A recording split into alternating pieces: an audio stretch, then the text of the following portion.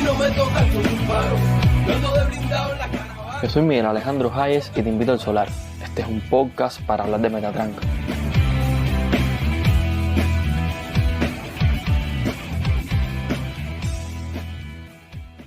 Bien, buenos días, bienvenidos al Solar una vez más. Aquí estamos hoy con video de nuevo. Estamos grabando en Cristo de La Habana. Sí, todo es como es, está avisado, estamos aquí en el Cristo. Si alguien quiere venir a participar en la grabación, aquí vamos a estar una vez por semana.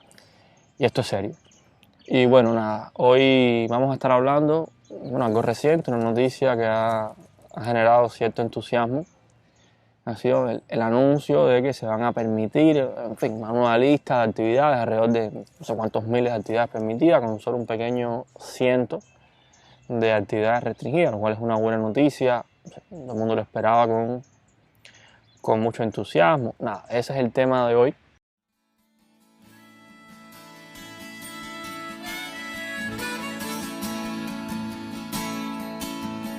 Sobre la esfera de tu vida, el panorama puedes ver.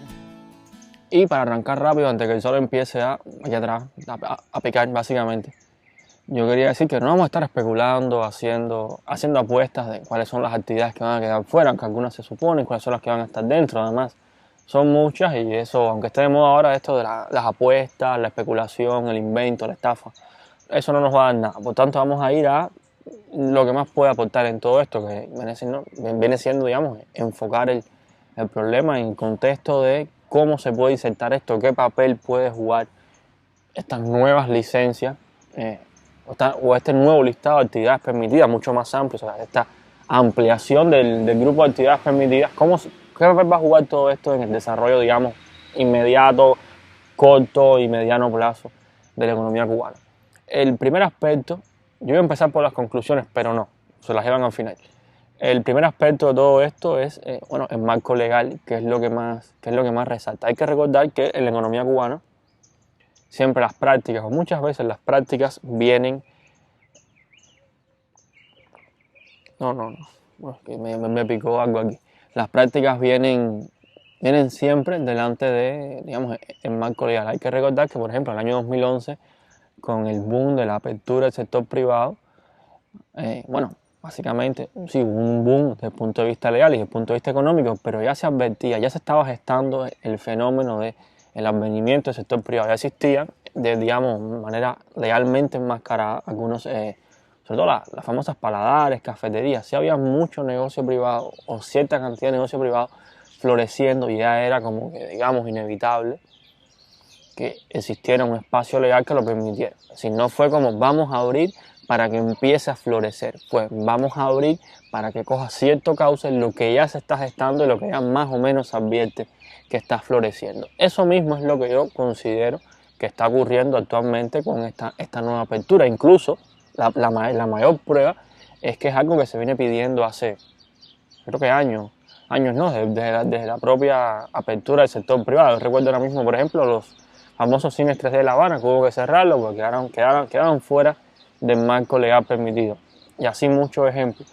Entonces, ¿cuál es el punto? Este nuevo listado de actividades viene simplemente a permitir lo que ya se estaba haciendo. Y así hay infinitos ejemplos. Hay que recordar que la licencia de bares, un caso aleatorio, de bares estuvo ausente y por eso los bares de La Habana tenían cartas de restaurante, simplemente porque no se podía tener un bar propiamente, sino un restaurante. Por tanto, se hacía un bar bajo licencia de restaurante. Y así está ocurriendo. Hay muchos negocios que no voy a mencionar aquí por razones, por cualquier razón, que ya existen, que ya están operando y que simplemente están insertados bajo otro tipo de licencia. O sea, tienen una careta y no tienen el marco legal que los reconoce. Entonces, esta medida en primer lugar viene a eso, a dar cierta cobertura, cierta garantía, cierta legalidad a muchas actividades del sector privado que se están haciendo. Lo otro es que no considero que exista, desde el punto de vista legal, sí se pueda poder registrar estadísticamente cierto boom, pues muchas actividades, insisto, se están haciendo bajo otro manto legal o alegal o como sea y simplemente van a pasar a registrarse. Desde ese punto de vista legal sí se va a registrar un boom, pero desde la práctica es muy poco probable que exista ese boom, digamos, los mismos de siempre, los ya establecidos, quizás se amplíen un poco, quizás se inserten nuevos actores, nuevos inversores privados, pequeños, medianos, pero no debe pasar de eso por razones obvias. Una economía que está en crisis, con su ciudadanía en crisis económica también, donde están los miles y los cientos de miles para que de pronto todo el mundo tenga un negocio, es decir, la expansión va a ser pequeña. Hay que recordar que el marco legal para la economía, la llamada libre competencia, siempre está abierta, lo cual no quiere decir que todo el mundo pueda insertarse en ella. Entonces por ahí está la primera característica que yo identifico en todo esto. Sobre la esfera de tu vida, el panorama puedes ver. Sobre esta puerta y estas ganas de correr, desactivados y perdidos como presas de un poder, dimensionalmente distintos por ahí. La segunda cuestión en todo esto es bueno, yo quería hablar de la relación entre la prosperidad, el crecimiento personal y colectivo, o sea, el balance que existe entre los beneficios colectivos y personales en todo esto. Evidentemente, es claro que los primeros que se benefician son, digamos, los dueños, los trabajadores de los dueños, digamos, un conjunto de personas que puede girar alrededor de los negocios que van, los nuevos espacios legales de estas licencias. Eso está claro, ¿no? Si el que se inserte con un negocio, le vaya bien, hay una prosperidad personal. La pregunta es, ¿cuánto tributa todo esto a la prosperidad colectiva? Si todo el mundo dice que sí, porque se genera empleo, vamos a lo primero. La teoría que los ricos tienen que hacerse ricos. Es decir, si bien la pobreza no se combate eliminando a los ricos, o sea, sacando de la escena a los ricos, o sea, esa especie de ludismo económico que existe, que vamos a luchar contra la pobreza desapareciendo a los multimillonarios. Si bien eso es un problema, también es un problema de enfoque pensar que la pobreza se desaparece haciendo que los ricos sean mucho más ricos, y de pronto eso se va a derramar y los pobres van a dejar de ser pobres. Es decir, no vamos a progresar como sociedad construyendo mecánicamente millonarios o personas ricas. Se progresa como sociedad cuando el progreso económico se redistribuye de forma orgánica. Digo de forma orgánica, es de forma natural, que el propio proceso de crecimiento sea un proceso acompañado de una redistribución que le sea inherente. Un ejemplo clásico, y esto se va un poco del tema, es ese crecimiento económico que viene acompañado de una mayor capacitación de la fuerza de trabajo. Así que mayor capacitación no es que sean mejores técnicos, sino que junto con el crecimiento económico viene, digamos, ampliándose la gama de consumo de las personas que trabajan. Es decir, ya no solo consumen alimentos, van al teatro, van al cine. Esa ampliación de la matriz de consumo sí da una señal de un crecimiento redistributivo. Entonces, mecánicamente pensar que porque existan, que florezcan personas, sean cada vez más ricas, va a generar una redistribución, o en algún momento de todo eso va a generar un derrame que redistribuya, es una tesis bastante mecánica y equivocada justamente por eso, porque el crecimiento económico y prosperidad personal de un rico no garantiza que vaya a, digamos, desbordarlo, derramarlo sobre los demás. Por tanto, esa teoría de que prosperen muchos no quiere decir que vayamos a prosperar otros, al menos no de esa forma automática, en un sentido de redistribución de los ingresos. Pero esto es la parte más débil y creo que más evidente. Solo basta mirar el mundo y mirar Cuba. ¿Qué ocurre con las personas que son cada vez más ricas? Quizás cuando alguien es extremadamente multimillonario funda una fundación como Soros, como Bill Gates, en fin, la Ford, cualquiera. Estas tienen que ver con política, algunas no, pero no es la dinámica per se, no es una garantía que una persona se haga rica, que vaya a desbordar y que vaya simplemente a dejar caer sobre los demás toda su riqueza. No, eso solamente ocurre en la medida que el mismo proceso de redistribución se va dando a la par del crecimiento. Entonces, ¿dónde está la garantía? ¿Quién la muestra? De que ese crecimiento económico de un grupo de personas específicas, los dueños de grandes negocios privados o de pequeños negocios privados, los pequeños, los pobres no tienen nada que redistribuir, los grandes negocios privados, va a generar esa redistribución de forma directa. No estamos hablando de los pequeños o de los impuestos, que pueden ser muy elevados. Los impuestos sabemos que van al presupuesto del Estado, que el Estado los debe destinar en políticas públicas. Es decir, ¿dónde está esa garantía? Yo, evidentemente, puedo suponer que sí, puedo suponer que no, pero si de ciencia se trata, si no hay ninguna evidencia, si no hay evidencia científica, podemos simplemente ponerlo en duda. Pero además, si hay una pequeña evidencia que es la propia dinámica, digamos, la propia proyección, la propia cultura que existe alrededor del sector privado. Incluso no del sector privado, tiene que ver con la cultura económica muchas veces del cubano, esta cultura, o sea, del cubano no, de la cubanidad, muy visible, esta cultura de dar malos servicios, esta cultura del facilismo, de ganar el dinero fácil. Y, siendo objetivo, una cultura como esta, que además se ve en unos contextos muy hostiles para hacer actividad económica, ya sea en el sector privado o en el sector estatal. Recordemos que una mala decisión de un administrativo, una empresa estatal, le puede costar perfectamente una sanción, una cárcel. El nivel de competencias de cada nivel de responsabilidad mal definido genera un ambiente hostil a la hora de tomar decisiones. Es importante tener en cuenta que eso es una realidad del sector estatal, porque a veces solo se habla del sector privado. Sí, en una cultura económica tan, digamos, atrasada, tan usurera, tan que pueda compararse con los estereotipos de los judíos de alguna obra de Shakespeare, un poco eso mismo, la usura, la especulación, lo fácil, lo ganar el dinero fácil, esa cultura que es real dentro de la actividad económica cubana es justo lo contrario a que el florecimiento personal vaya a ser de los dueños, tribute a la mayoría de las personas. Recordemos, y esto nadie se puede engañar, que en el sector privado ahora mismo las garantías laborales no solo dependen de las propias condiciones económicas, digamos, todos los despidos que ha habido en el sector privado, producto que los dueños también se arruinaron, sino que las propias garantías, digamos, de descanso, de cierta seguridad laboral, de cierto respeto a los horarios, ¿no?, al cansancio, a la salud, no están, digamos, bien legisladas. Es decir, hay todo un vacío legal en ese espacio. Es decir, el sector privado, de forma natural, cuando le dieron rienda suelta, crece, progresa, haz lo que quieras, se desarrolló con unas políticas de empleo un poco neoliberales, en el sentido que desprotege a sus trabajadores en muchos escenarios. Depende solamente de la bondad del dueño. Entonces, con todo ese contexto, con todo ese precedente, porque el pasado reciente siempre importa para decir cómo se van a comportar las cosas en el presente y en un futuro inmediato, la garantía que da es justo lo contrario. Concluyendo este segundo punto, en primer lugar, no es garantía la prosperidad personal, no es garantía automática per se de la prosperidad colectiva. Segundo, que el propio antecedente que tenemos del comportamiento hacia los trabajadores, básicamente hacia los trabajadores, de cómo ha sido ese comportamiento de forma espontánea, tampoco es garantía de una mejoría. Estamos hablando solamente de lo colectivo, en el sentido de los trabajadores que rodean el propio sector privado, más allá de los ingresos que pueden ser más elevados, los trabajadores del sector privado. Y la última cuestión, entendiendo ahora lo colectivo, no como ese pequeño microentorno empresarial, sino lo colectivo como la sociedad cubana vista en su conjunto.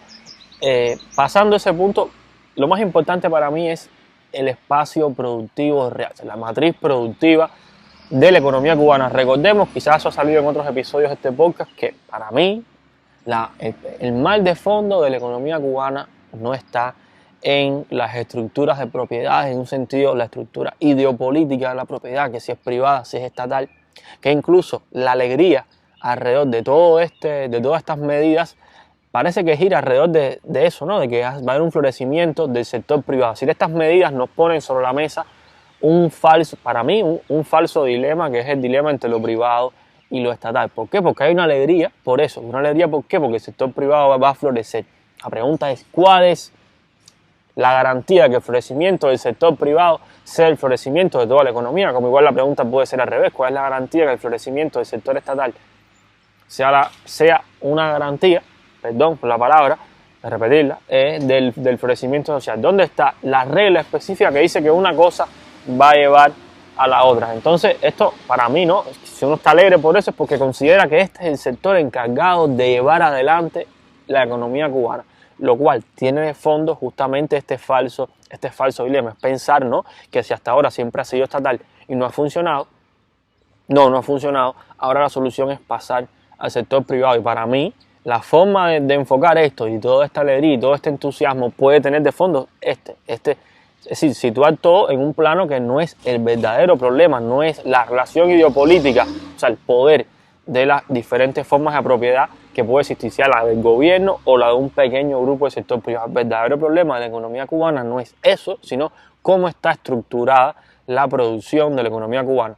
En español, si no tenemos lo mismo de siempre, bienes y servicios básicos, ese es el problema de fondo que tenemos. Y eso es ocasionado porque hay una estructura de producción e importación, que también es válido, de bienes y servicios insuficiente. Insuficiente significa que no garantiza y satisface las necesidades de acumulación, de consumo, acumulación también puede ser la palabra, de la población cubana. Por eso la pregunta, antes de dar cualquier tipo de vuelta o explicación o análisis o reflexión teórica, es ¿en qué beneficia al ciudadano común o a las mayorías media, clase media y media baja de la población cubana que, digamos, florezca un determinado servicio de mensajería privada que puede estar orientado a que restaurantes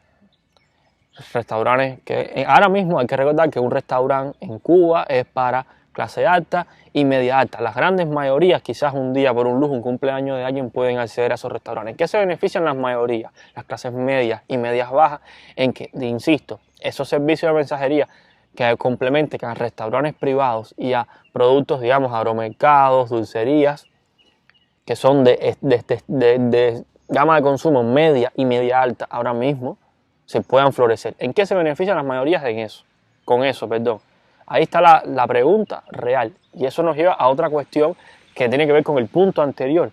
¿Cuánto de toda la producción de bienes y servicios del sector privado está orientado hacia ofrecer bienes y servicios hacia los sectores más bajos y hacia las mayorías de la población cubana? Es decir, el público potencial, el cliente potencial, la demanda potencial de la mayoría del sector privado es ingresos medios, ingresos altos de la población. Es decir, ¿dónde está el compromiso con las mayorías?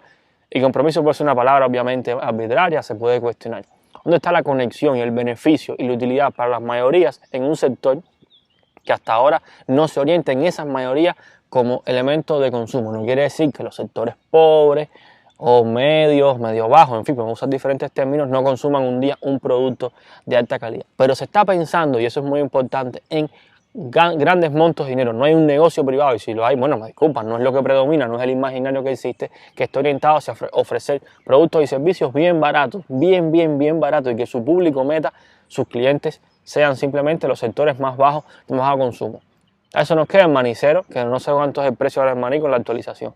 Fuera de los maniceros, alguna que otra cafetería, todo el mundo piensa en un sector privado, digamos, en un negocio privado, en abrir un negocio que venda un servicio o un bien, más o menos casi siempre un servicio, más o menos pensando en clientes de más ingresos. Es decir, esta propia orientación, por llamarlo de alguna forma, hacia dónde está orientado la actividad económica de este sector privado, también nos da idea de ese contraste que puede haber entre el beneficio personal y el beneficio colectivo, la prosperidad de las mayorías, en fin. ¿Dónde estás? Yo recuerdo que a finales del 70 no me dirías lo que hoy, tal vez. Pintamos el mundo de un nuevo color y sin querer nos dimos cuenta de que no. Y el último punto es, bueno, tiene que ver justamente con todo esto y el problema de fondo, que es la escasez. Es decir, engancha con esta idea. ¿Cuánto va a contribuir toda esta apertura, toda esta reapertura, como lo vamos a llamar, esta legalización abierta, no sé ni cómo llamarle, que vamos a estar presenciando ahora? ¿Cuánto va a contribuir a que disminuya la escasez de los bienes y servicios de primera necesidad? La pregunta es, ¿cuántas de todas esas licencias? Y bueno, ya la gente puede ver más o menos de las no sé cuántas mil actividades que están permitidas, que solo va a haber un ciento limitada. ¿Cuántas de todas esas están orientadas esencialmente hacia la producción de esos bienes y servicios de primera necesidad? Es decir, dentro de toda una amplitud, ¿qué papel juega esos bienes y servicios de primera necesidad? Bueno, desde el punto de vista cualitativo, es lo que menos predomina. Si enganchamos esto con la propia cultura que hemos mencionado antes, de la terciarización de la economía, de la búsqueda, digamos, comillas, fácil de ingresos, básicamente comprar, hacer cierta envoltura y revender, quizás elaborar un poco, pero no es esta idea, no es una idea de emprendimiento en Cuba que está orientada hacia la producción primaria, hacia la producción esencial, digamos, la producción que se puede entender como de menor valor agregado, pero que es ahora mismo lo que está destruyendo, para mí, la economía cubana. Insisto, si no hay alimentos, que es lo básico, si no hay esa extracción primaria, esa elaboración primaria, todo lo demás no va a ningún lado, por una razón muy sencilla. Se mete más dinero en circulación y los precios de los alimentos siguen aumentando, porque es, entre las cosas, de lo que más escasea. Pregunta, ¿cuánto del sector privado de todas estas medidas van a reorientar o van a estimular que buena parte del sector privado vaya hacia ahí? Si usted que está viendo tiene un negocio, tiene pensado hacer un negocio, respóndase, ¿pensó en hacerlo en la agricultura? No, evidentemente pensó en otro tipo de espacio, no voy a decir porque hay muchos y alguien puede resultar ofendido. Y esa realidad es la que estamos viviendo ahora mismo. Es decir, la apertura legal no va a direccionar buena parte de la economía, o sea, hacia lo que nos está matando ahora mismo, que es la escasez de bienes y servicios de primera necesidad. Por tanto, ese beneficio colectivo no va a venir de ahí. Estas medidas pueden ser un acompañamiento, pueden ser un complemento, pero ¿un complemento de qué? Si lo esencial no está. Es decir, ¿qué es lo que se va a complementar si no hay que complementar? O sea, ¿para qué va a haber más restaurantes, digamos, que tengan unos servicios más abiertos, cualquier cosa, si lo primero, que es el alimento, no está garantizado ahora mismo? Y no vamos a hablar de importación, vamos a hablar de la producción nacional de cosas básicas. Estamos hablando de arroz, frijoles, que por Dios cuánto cuestan los frijoles en la calle ahora mismo. La libra puede costar 50 pesos si usted la encuentra frijol negro. En fin, no vamos a estar yo aquí ahora con los precios que me altero, pero sí es un problema real. El sector privado no está orientado a resolver esos problemas, está orientado a que un grupo de personas abra un negocio y genere para sí, para un grupo pequeño de personas, sus trabajadores quizás, un pequeño florecimiento. Que me diga a mí que la cuestión es que genere empleo, bueno, el sector privado genera per se más pequeño negocio, la concepción de pyme, que es la que abunda, genera muy poco empleo. Eso es por un lado. Y por otro, ¿de qué sirve tener un trabajador y que gane, digamos, sector privado, que no sé cuánto estará pagando ahora, da igual, que gane mucho y que después todo ese salario que parece cuantitativamente mucho se vaya por completo en alimentos, porque los alimentos están extremadamente caros, porque no los hay? Entonces el beneficio real de tener un espacio que florezca, que haga una actividad, digamos, de servicio terciario, aleatoriamente puede ser algo que tenga que ver con, no sé, impresión de salario, qué cosa, impresión de algo, y que la persona gane muy bien y que después todo ese salario no signifique nada porque no hay alimentos para comprar. Esa realidad, que después que una persona trabaja en algo y gana mucho y que después se le va todo en comida o no la alcanza porque está muy cara la comida, ¿quién va a resolver ese problema? Y ese problema no lo está resolviendo ahora mismo el sector privado, y no lo va a resolver con esta apertura por las propias tendencias, y además el gobierno, que no hemos hablado de él en este espacio, donde está, uno, la campaña de comunicación del gobierno que reoriente, más allá de que la licencia no es un incentivo. Si recordemos que en la economía no se maneja con exhortaciones, invitaciones o regaños, la economía se maneja siempre a través de incentivos, de políticas, acciones concretas que instrumentalicen, que estimulen a esos espacios. El estímulo, insisto, no es invitar, el estímulo es un mecanismo real, que el proceso económico del que lo está realizando le reporte algún beneficio y que se enganche su beneficio con el bienestar social. ¿Dónde está primero la campaña de comunicación del gobierno que estimule, que empuje la economía, que la incentive a ir a esos espacios productivos que ahora mismo están en decadencia? Incluso no está el propio esfuerzo del gobierno consigo mismo, o sea, ¿dónde está el Ministerio de Agricultura en un programa nacional? Creo que se lo he dicho como 10 veces, que estimula la producción agrícola. Tampoco está, es decir, no está la campaña de comunicación que refleje la voluntad política y la campaña de comunicación que refleje el conjunto de mecanismos e incentivos que evidentemente tampoco están creados. Entonces, cuento corto, la conclusión de todo esto es que sí, muy bien, me alegro mucho, algunas personas van a poder emprender, van a poder mejorar su negocio, pero muchos espacios esto no es lo que va a resolver los problemas de la mayoría, y los problemas que a largo y a mediano plazo, en el corto plazo también dañan a esas mismas personas que tienen una prosperidad personal, porque uno puede tener un negocio, tener un grandísimo ingreso, hacerse millonario si le da la gana, y de qué sirve ser millonario en un país donde cuando vas a comprarte un poquito de arroz, un poquito de frijoles, un pedazo de puerco, está cada vez más caro. Y a la vez esa misma persona que tiene más ingresos, o sea que es una demanda con mucho poder, va a contribuir a que el propio precio de esos alimentos aumente, porque no está para hacer cola, prefiere pagar la sobreprecio que hacer cola, prefiere pagar la sobreprecio para tenerla más rápido. En fin, una serie de variantes. Así que a la larga todo esto terminará jodiéndonos, ¿no? Molestándonos, afectándonos, la palabra más bonita, afectándonos a todos. Por tanto, yo creo que además del exceso de entusiasmo, el beneficio personal inmediato, esa visión cortoplacista que predomina, o sea, de supervivencia en la economía cubana, hay que ver. En fin, vamos a disfrutarla, pero trascender un poco este esquema donde nos crea una ilusión de prosperidad, de bienestar social que no va a ningún lado. Insisto, me alegro por los que puedan tener un negocio, pero el problema real, el problema de fondo, que nos está afectando hace mucho tiempo, sigue estando ahí. Y nada, esto es todo el episodio de hoy, ya llegamos al final. Aparte no puedo más, el tremendo sol, no sé si ahí en cámara cómo se verá, pero aquí en el cuello no se siente bien el sol, ya está molestando, creo que estoy hasta sudando, espero que eso no salga mucho en cámara. Nada, yo le agradezco que haya llegado hasta el final, bueno, los que llegaron al final, los que no también no se enteran de esto, pero no importa. Recuerden que estamos ahora con el canal de YouTube, un poco hacer videos de vez en cuando. Facebook nos lo censura por el tema este que usamos música que no se puede usar. El capitalismo es así, ¿qué le vamos a hacer? Y también con YouTube, no sé si puede ayudarnos con la suscripción en nuestro canal de YouTube. Tenemos poquitos, pero bueno, esperamos un poco con el tiempo, quizás crecer, que hayan personas que lo vean, que se disgusten, que lo disfruten, de todo un poco. Y nada, ahora sí, muchas gracias por llegar al final de este episodio. Ya no lo voy a decir más que compartan y que le den me gusta, creo que si les gustó ya lo va a hacer. Y nada, nos vemos nuevamente muy pronto, espero que haya menos sol y nada, un fuerte abrazo. ¿Dónde estás?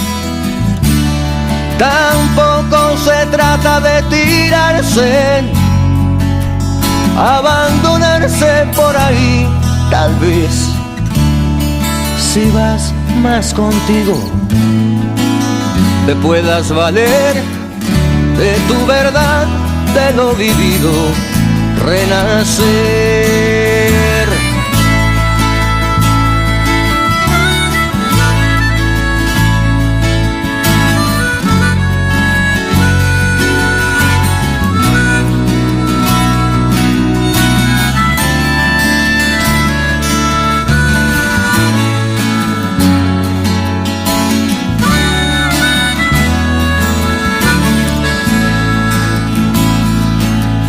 Sobre la espera de tu vida, el panorama puedes ver. Sobre esta puerta y esta falta de correr, desactivados y perdidos como presas del poder, dimensionalmente distintos por ahí. ¿Dónde estás? Yo recuerdo que a finales del 70 no me dirías lo que hoy tal vez. Pintamos el mundo de un nuevo color y sin querer nos dimos cuenta de que no. Y sin quererlo nos dimos cuenta de que no.